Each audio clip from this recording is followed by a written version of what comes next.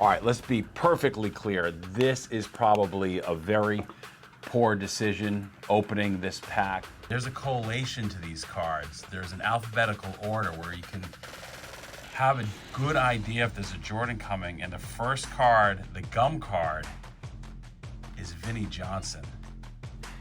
In its favor, the one thing that I love about 1986-87 Fleer basketball, as opposed to some of the other packs I opened, some of the early 80s baseball sets, those sets, like 1982 Topps baseball, have 792 cards. So when you're going for a Ripken, you literally have a 1 in nearly 800 chance of finding the card you're looking for. These sets, though, are much smaller. 86 Fleer basketball only has 132 cards and 11 stickers. They're not particularly rare by any means. This is the rare set that's the value of which is sort of propped up almost entirely by demand. The cards are plentiful, but bottom line, everybody on earth wants to get their hands on a Jordan rookie. All right, the first thing we've got to do here is crack this out, what's known as cracking this out of its slab. I'm cracked out of my slab. I take these pliers here, we got to break it out of its PSA slab very carefully.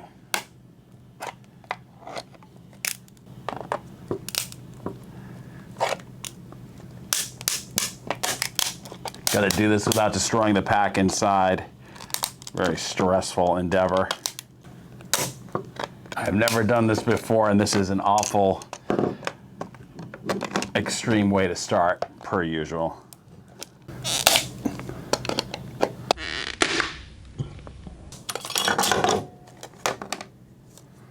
Here we go. All right.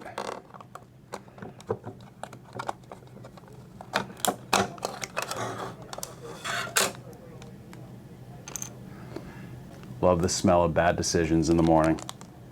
All right, I have cleaned up my mise en place, AKA my desk, and we are going to see what has been waiting inside this pack for almost 40 years. First thing we've got here is an Akeem Olajuwon rookie sticker. Now this is very interesting. There's a collation to these cards. There's an alphabetical order where you can have a good idea if there's a Jordan coming, and the first card, the gum card, is Vinnie Johnson, which is definitely making my blood pressure rise because that is awful close to Michael Jordan. It goes A, Z, B, Y, C, X. So when you get J's in the same pack, you might be in business here.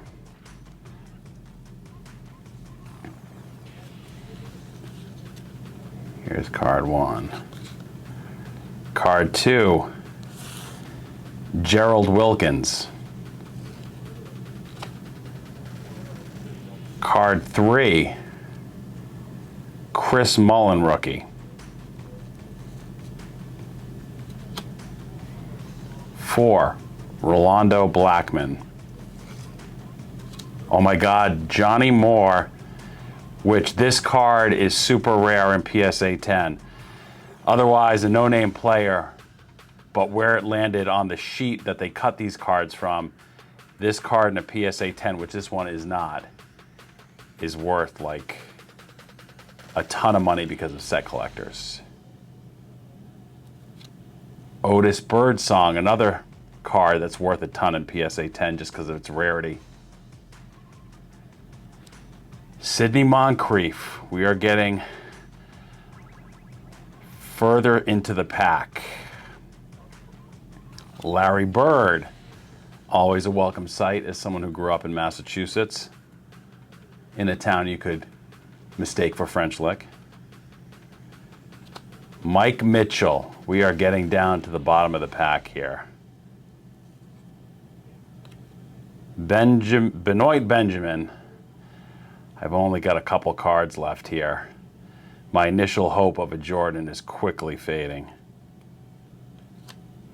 Kevin McHale, and then the final card is Charles Barkley rookie. Not too shabby.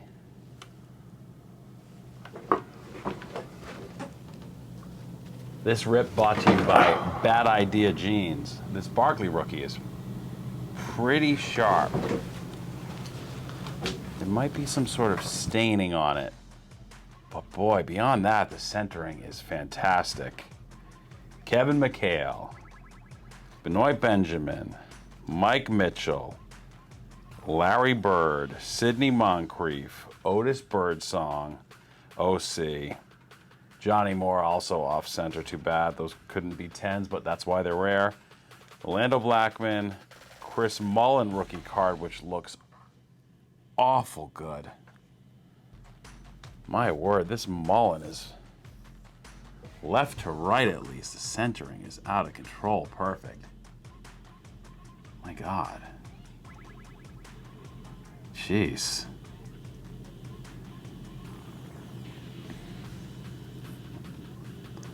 I'm having a hard time finding anything wrong with this. Front and back, the centering is flawless. Now, I know PSA will never give a 10 just out of principle, but boy, I might have to submit this to grading just for the heck of it. Wow. This is perfectly centered, top to bottom and left to right. I don't see a thing wrong with this. Got the Olajuwon sticker. That has the standard centering issues that make this worthless, given how many of them there are. I'm telling you, this Mullin, this Chris Mullin is worth talking about.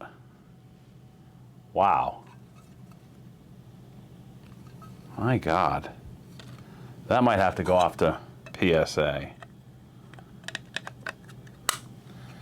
And this Barkley looks pretty good, but that's an 8 or a 9. Pretty common card. I don't know, actually. Oh, there's a stain up top here.